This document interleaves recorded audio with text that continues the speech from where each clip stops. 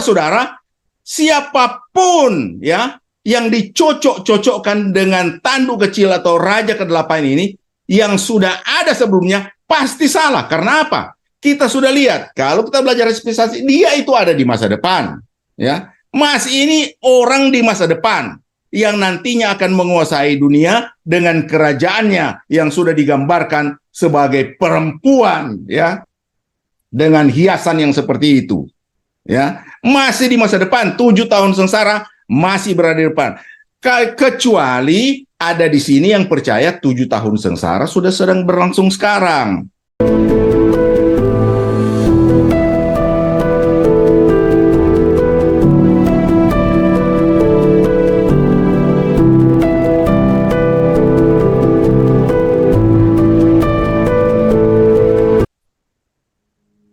Kita akan membaca Wahyu pasal 17 ayat 7 sampai dengan ayat 11. Wahyu 17 ayat 7 sampai dengan ayat 11. Apabila kita sudah melihat ayat-ayat itu pada Alkitab kita, mari kita membacanya. Wahyu 17 ayat 7 sampai dengan ayat 11 berbunyi begini. Saya baca dalam terjemahan baru edisi 2 ya. Jadi akan berbeda sedikit dengan yang memegang di tangannya TB1. Lalu kata malaikat itu kepadaku, "Mengapa engkau heran? Aku akan mengatakan kepadamu rahasia perempuan itu dan rahasia binatang yang memikulnya. Binatang yang berkepala 7 dan bertanduk 10 itu. Adapun binatang yang telah kau lihat itu pernah ada, namun tidak ada lagi. Ia akan muncul dari jurang maut dan menuju kepada kebinasaan. Mereka yang tinggal di bumi, yaitu mereka yang namanya tidak tertulis di dalam kitab kehidupan sejak dunia dijadikan, akan heran apabila mereka melihat bahwa binatang itu pernah ada, namun tidak ada lagi, dan akan muncul lagi." Yang penting di sini ialah akal yang mengandung hikmat. Ketujuh kepala itu adalah 7 gunung tempat perempuan itu duduk. Ketujuhnya adalah juga 7 raja. 5 diantaranya sudah jatuh, yang 1 ada, dan yang lain belum datang. Dan jika ia datang, ia akan tinggal seketika saja. Binatang yang pernah ada dan yang sekarang tidak ada itu, ia sendiri adalah raja ke-8, termasuk 1 dari ketujuh itu, dan ia menuju kepada kebinasaan.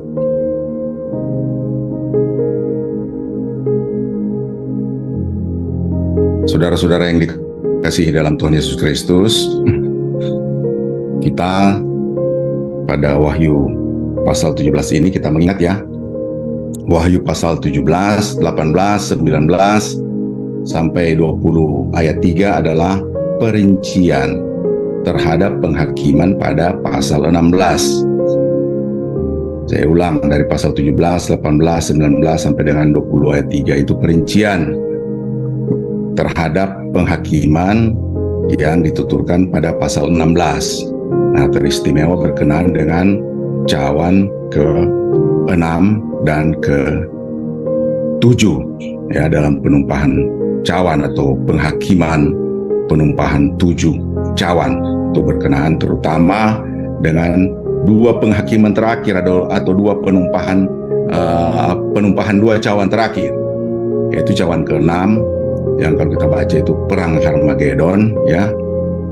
Tuhan Yesus dan bala tentara surga datang dan berperang dengan bala tentara bumi yang dipimpin oleh Antikristus ya. Jadi bala tentara dari surga datang berperang dengan bala tentara dari bumi. Dari surga dipimpin Kristus asli, sedangkan yang dari bumi dipimpin oleh Kristus palsu. Nah, karena Tuhan Yesus muncul, maka muncul gejala-gejala alam yang dahsyat. Ya, kalau ada penampakan Tuhan biasanya ada gejala alam. Nah, itu menjadi cawan ketujuh, ya, karena gejala alam yang muncul kali ini luar biasa. Ya, tidak ada tandingan dari dibanding gejala-gejala alam sebelumnya.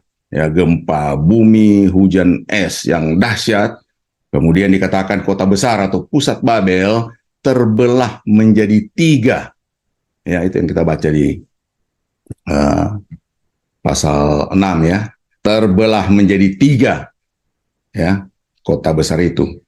Kalau kita bandingkan dengan Sakaria pasal 14 ayat 3 dan 4, ya. Sakaria pasal 14 ayat 3 dan 4 dikatakan Tuhan akan maju berperang melawan bangsa-bangsa, ya. Jadi maju berperang melawan bangsa-bangsa. Kalau melawan bangsa-bangsa berarti di bumi, berarti Tuhan datang dari surga, ya, untuk berperang dengan bangsa-bangsa di bumi. Dan di Sakaria dikatakan kakinya akan berjejak di Bukit Zaitun, ya. Dan Bukit Zaitun itu terbelah dua dari timur ke barat. Nah, kalau di Zakaria pasal 14 dikatakan terbelah dua, diperinci lagi oleh kitab Wahyu, terbelah tiga, ya, kota besar. Nah, jadi saudara tinggal bandingkan aja keduanya itu, ya. Bukit Zaitun terbelah dua, kota besar Babel terbelah tiga. Nah, habis kita membaca penumpahan cawan ke-6 dan ke-7 itu yang sebetulnya terjadi berbarengan, ya. Kan Tuhan datang berperang, ya, dan pemunculannya menimbulkan gempa bumi. Jadi kita harus melihat ini sebagai dua pukulan beruntun, ya, yang dilakukan dari sorga. Nah, kemudian muncullah tuturan tentang kerajaan Babel masa depan, ya, yang digambarkan sebagai seorang perempuan memakai pakaian merah tua duduk di atas binatang merah ungu, ya. Nah, ini perempuan ini yang digambarkan sebagai pelacur, ya, pelacur Babel besar katanya, pelacur, ya. Itu di ayat 5 sudah kita baca pada waktu lalu. Babel besar ibu dari wanita-wanita pelacur dan dari kejijikan bumi. Nah, ini dia, ya, biangnya segala kejijikan di bumi. Ini perempuan ini. Nah, ini sebetulnya penggambaran tentang kerajaan dari si antikristus, ya, dengan pusatnya, ya, yang merupakan kejijikan yang luar biasa bagi kalau dilihat dari mata orang percaya, ya. Kalau dari mata mereka saja, mereka tentu happy, ya, menikmati, ya, kehidupan yang sangat bertentangan dengan Allah itu, ya. Dan pada pasal 17 ayat 6 dikatakan bahwa perempuan itu mabuk oleh darah orang-orang kudus dan saksi-saksi Kristus. Ketika Yohanes melihat penampakan dari perempuan itu dikatakan dia heran. Nah, kita ketemu dengan pembacaan kita pada pagi hari ini, pada ayat 7 kita lihat, lalu kata malaikat itu kepada aku. Jadi malaikat berkata kepada Yohanes, mengapa engkau heran? Nah, maksud malaikat ini, jangan kamu ikut-ikut terpesona dengan perempuan ini. Jadi kata heran itu dari kata taumatso, ya, bisa diterjemahkan juga terpesona. Ya, orang percaya, orang tidak percaya terpesona oleh perempuan dan dandanan, ya, yang dimilikinya, antikristus yang mengusungnya, kerajaannya, ya, yang tampak luar biasa itu dari segi pandangan mata. Nah, Yohanes tidak boleh ikut-ikutan heran atau terpesona, ya. Jadi dia lihat, dia heran, malaikat tegur, mengapa engkau terpesona? Dan seperti saya katakan pada waktu lalu, kalau ada tukang sulap, ya, muncul di depan kita, kemudian adakan sulap yang luar biasa, kita biasanya terpesona, ya, kita heran, ya. Karena apa? Karena kita tidak tahu rahasianya. Kalau kita tahu rahasianya, kita tidak usah heran. Kita tidak usah terpesona. Oh, ternyata kayak gitu dia. Nah, seperti itu kira-kira. Nah, di sini malaikat itu berkata, masih di ayat 7, ya, aku akan mengatakan kepadamu rahasia perempuan itu dan rahasia binatang yang memikulnya. Nah, malaikat akan membukakan rahasianya. Karena itu, Yohanes nggak usah heran, ya. Kalau kamu tidak tahu rahasianya, kamu patut heran. Tapi nantinya kamu akan tahu rahasianya sehingga tidak usah heran. Ya, dalam bahasa Yunani sebetulnya pada ayat ini hanya ada satu kata rahasia, ya. Rahasia perempuan itu dan binatang itu. Nah, begitu. Dari kata mysterion, ya, misteri, ya. Nah, misteri atau rahasia mengenai apa? Terutama tentang bagaimana dia muncul atau prosesnya muncul, dari mana dia, ya, dan bagaimana akhirnya, ya, dia itu, atau dari mana mereka, perempuan dan binatang itu, dan kemana mereka pergi. Nah, itu terutama rahasianya, ya. Nah, di sini kalau kita lihat, ya, perempuan itu diusung oleh si binatang. Binatang ini yang di pasal 13, ya, sudah diuraikan, ya, binatang yang keluar dari laut. Dan binatang ini dikatakan pada ayat 7 ini, binatang yang berkepala 7 dan bertanduk 10 itu. Jadi lengkapnya dikatakan, aku akan mengatakan kepadamu rahasia perempuan itu dan rahasia binatang yang memikulnya, binatang yang berkepala 7 dan bertanduk 10.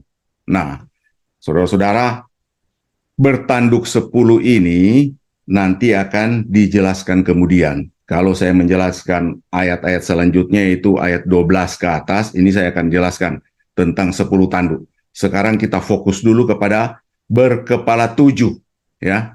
Ini. Saya ulang, bertanduk 10 itu di ayat 12 ke atas akan dijelaskan. Sekarang mengenai berkepala 7. Ya. Saudara-saudara, untuk memahami binatang berkepala 7 ini, kita perlu membaca Daniel 7, ya. Daniel pasal 7. Ini setara dia, ya. Daniel pasal 7 dan Wahyu pasal 17, khususnya di bagian ini, ya. Nah, kita tidak akan membaca ayat per ayat sekarang, saya akan menyampaikan ringkasannya saja kepada saudara-saudara. Jadi ringkasan dari Daniel pasal 7 itu kira-kira seperti ini. Nanti saudara bandingkan, ya, kalau saudara baca benar-benar pasal 7 dari kitab Daniel itu, ya.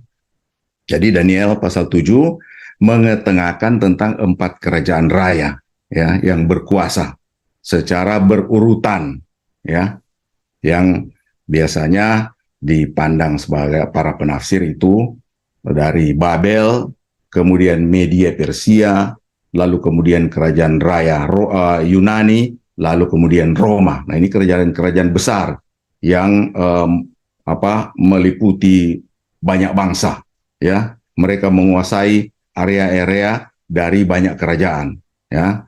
Dimulai dari Babel, kemudian Media Persia, itu sebetulnya 2 kerajaan yang kemudian bergabung, ya. Jadi karena itu namanya Media Persia. Jadi Babel, Media Persia, Yunani, dan Roma. Dari kerajaan keempat, dalam hal ini dari Roma, keluar 10 tanduk, ya, yakni 10 raja. Itu bisa dilihat di Daniel pasal 7 ayat 7 dan ayat 24, ya. Ada 10 tanduk. Lalu dari antara 10 tanduk atau 10 raja itu tumbuh 1 tanduk kecil, ya. Dan dikatakan itu seorang raja, ya. Tanduk kecil itu seorang raja yang kemudian menyingkirkan 3 tanduk atau 3 raja. Jadi 10 raja menyingkirkan 3, ya. Berarti kan ini tinggal 7, ya kan? Tetapi karena tanduk kecil itu ada di situ menggantikan yang 3 ini, berarti kita melihat menjadi 8 kan? Ya.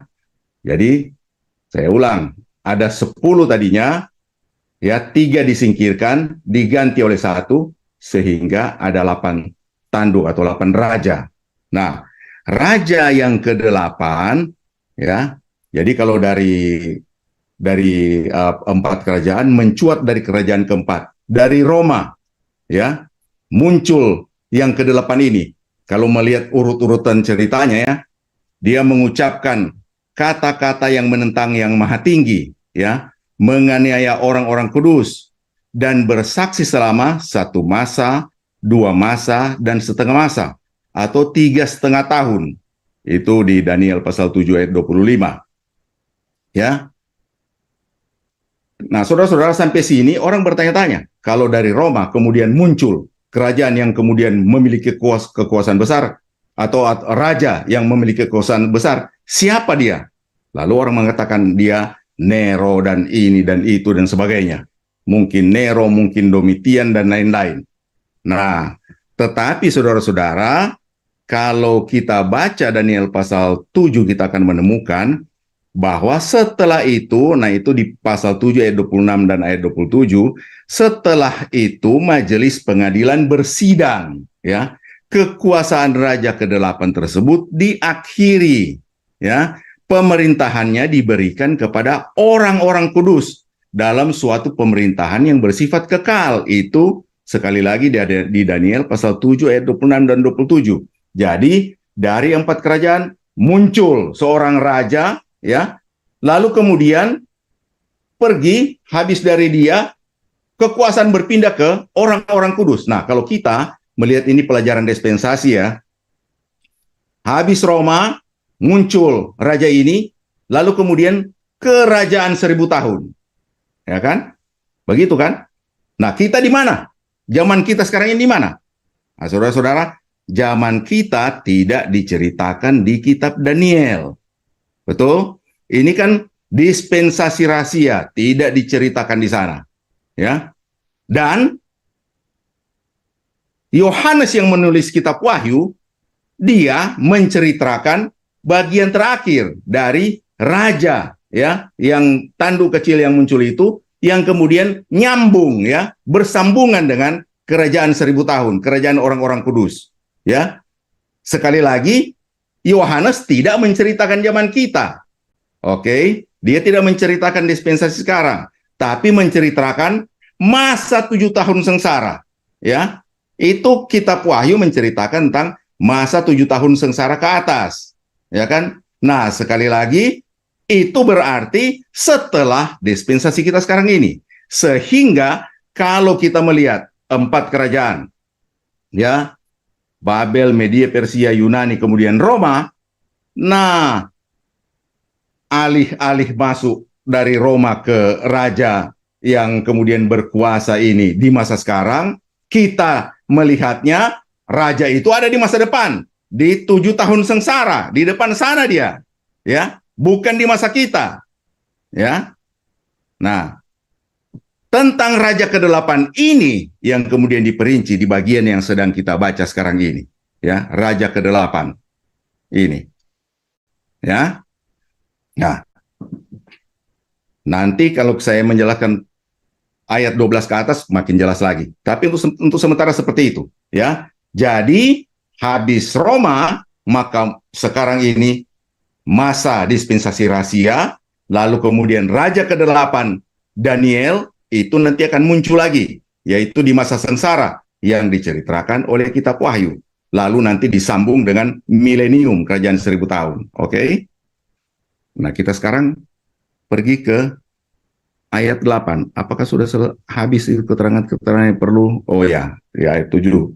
Begitu saja. Kemudian ayat 8.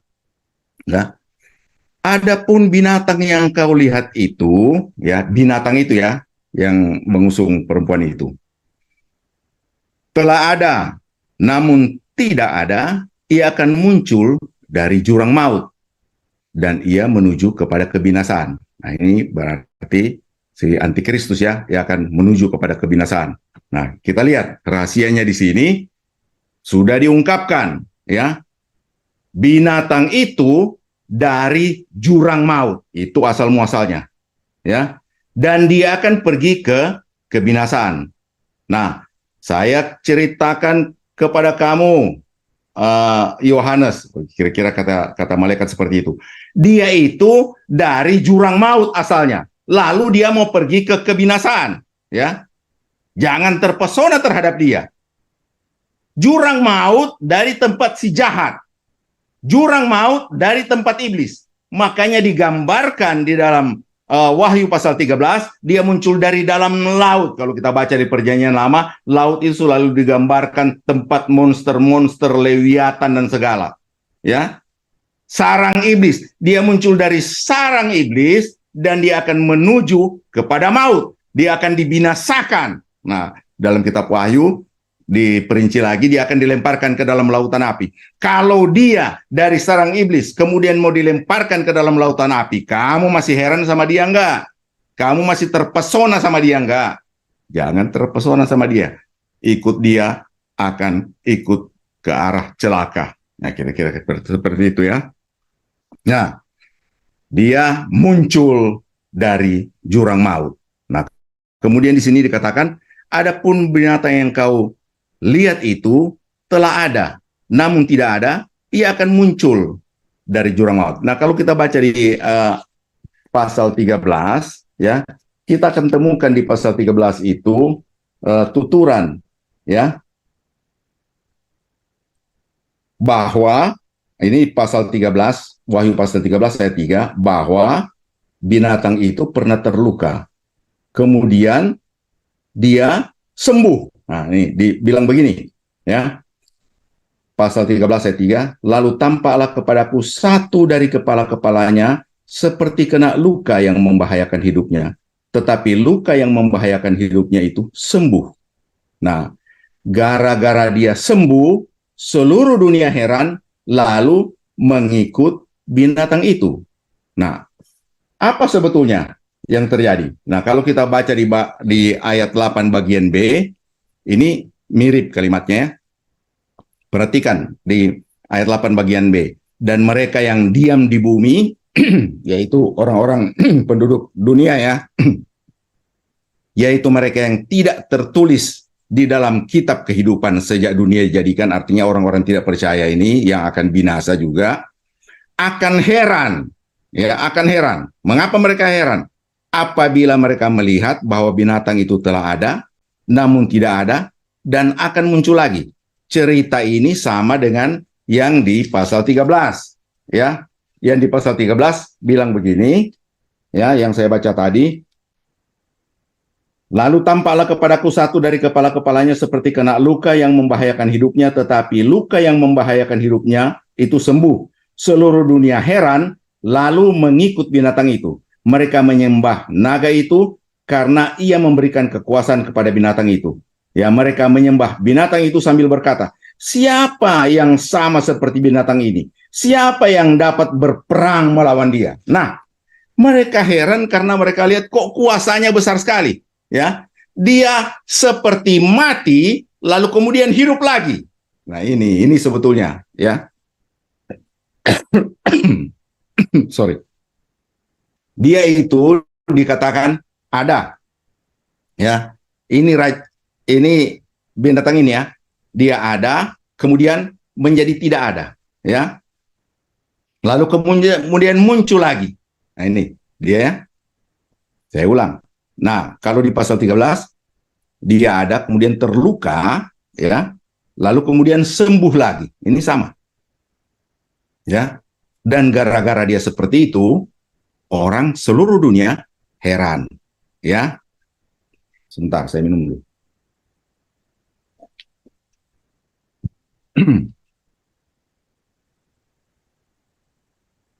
Orang-orang heran karena melihat dia kok hebat sekali ya. Seperti sudah mati tapi bangkit lagi. Nah, saudara-saudara, memang sebetulnya dia tidak mati, ya. Tetapi beritanya dibuat sedemikian rupa sehingga binatang ini seakan-akan mati lalu kemudian bangkit lagi. Jadi dia seakan-akan memiliki kemampuan untuk bangkit dari kematian. Nah, siapa yang tidak heran kalau seperti itu? Dia mati dan bangkit lagi. Tapi Yohanes mengatakan dia sembuh, artinya dia tidak mati, ya. Tetapi hoax mengolahnya, hoax dari si iblis sendiri, ya, berita bohong dari iblis sendiri mengolah kematian atau lukanya ini sebagai suatu kematian.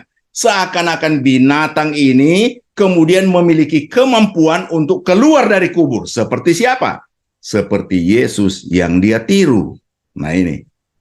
Nah kan dia kan mau meniru Yesus. Jadi dia meniru Yesus sampai kepada kematiannya. Ya. Jadi itu paralel dengan pasal 13 ayat 3 dan seterusnya. Ya. Nah, kemudian saudara-saudara, kita pergi ke ayat 9.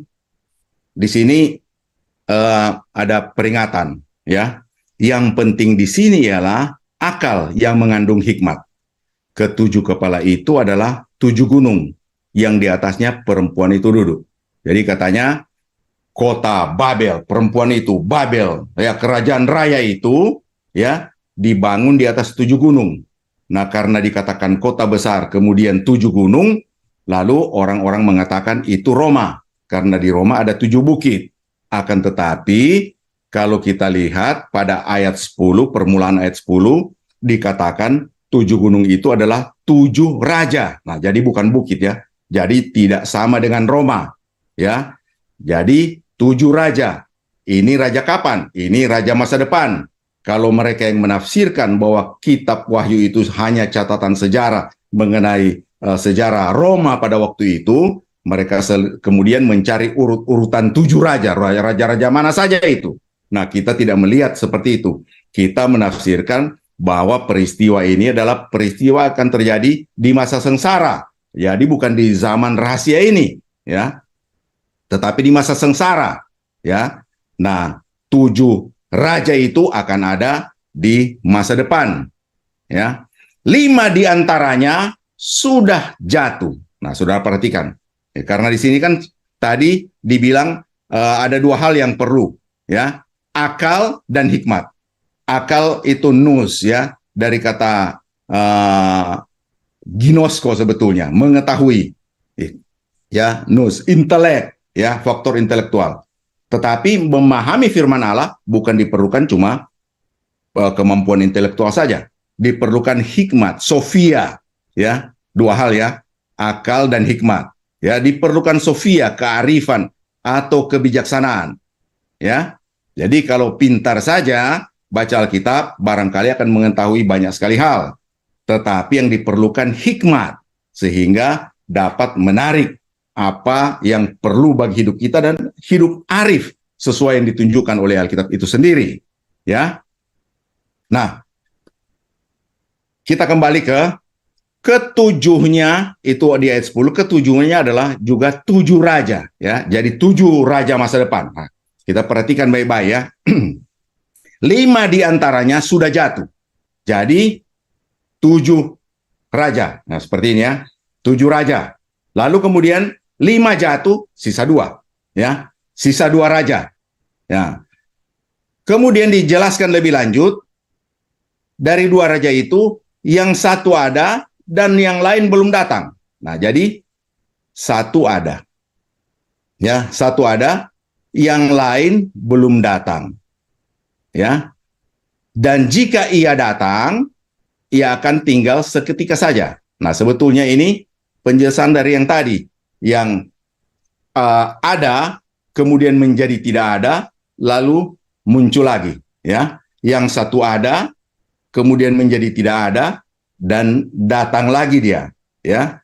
Jadi sebetulnya kalau kita perhatikan benar-benar penjelasan dari Yohanes, kita akan menemukan hanya 6 raja sebetulnya. 6 raja, ya. Dan kemudian yang 5 direndahkan, ya. Yang raja ke-6 ini dia yang dibilang ada, ya. Ada, kemudian dia menghilang sebentar, seakan-akan mati, lalu muncul lagi. Ketika dia muncul lagi, raja ke-6 ini disebut raja ke-7. Kita lihat penjelasan di ayat 11. Saudara perhatikan baik-baik ayat 11. binatang yang pernah ada dan yang sekarang tidak ada itu. Yang pernah ada dan sekarang tidak ada. Itu berarti kan raja ke-6. Ya. Ia sendiri adalah raja ke-8. Jadi raja ke-6 adalah raja ke-8. Namun demikian, satu dari ke-7 itu berarti raja ke-8, satu dari 7, yaitu raja ke-7 itu. Ya, nah, ini sebetulnya kalau kita baca begitu saja kita nggak bisa pahami nih. Ya, saya ulang, lihat penjelasan ayat 11, ya, permulaan. Ya, dan binatang yang pernah ada itu kan raja ke-6, ya kan, di keterangan di atas itu. Ya, sekarang tidak ada itu. Ya, nah. Ia sendiri adalah raja ke-8, ya. Dan raja ke-8 itu ternyata satu dari 7 raja itu. Jadi kan 7, ya kan. Tetapi yang 5 direndahkan, lalu yang 2 ini yang tadinya dia ada, lalu kemudian muncul lagi, ya. Nah, jadi begini, ringkasannya itu begini. Ada 6 raja, 5 direndahkan. Dengan demikian, satu ini menguasai seluruh dunia.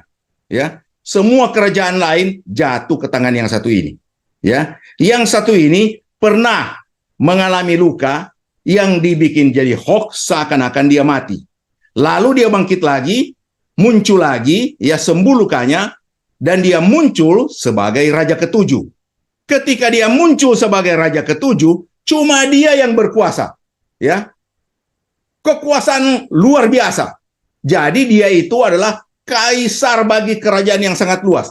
Lantaran kekuasaannya sangat luas, dia dirasakan perlu dinobatkan lagi, yaitu sebagai raja ke-8. Dia juga, tapi ya, raja ke-8, yaitu raja dari suatu kerajaan raya. Jadi raja ke-6 adalah si raja ke-6 itu, raja ke-7 raja ke-6 juga, dan raja ke-8 raja ke-6 juga. Jadi si 6, dan si 6.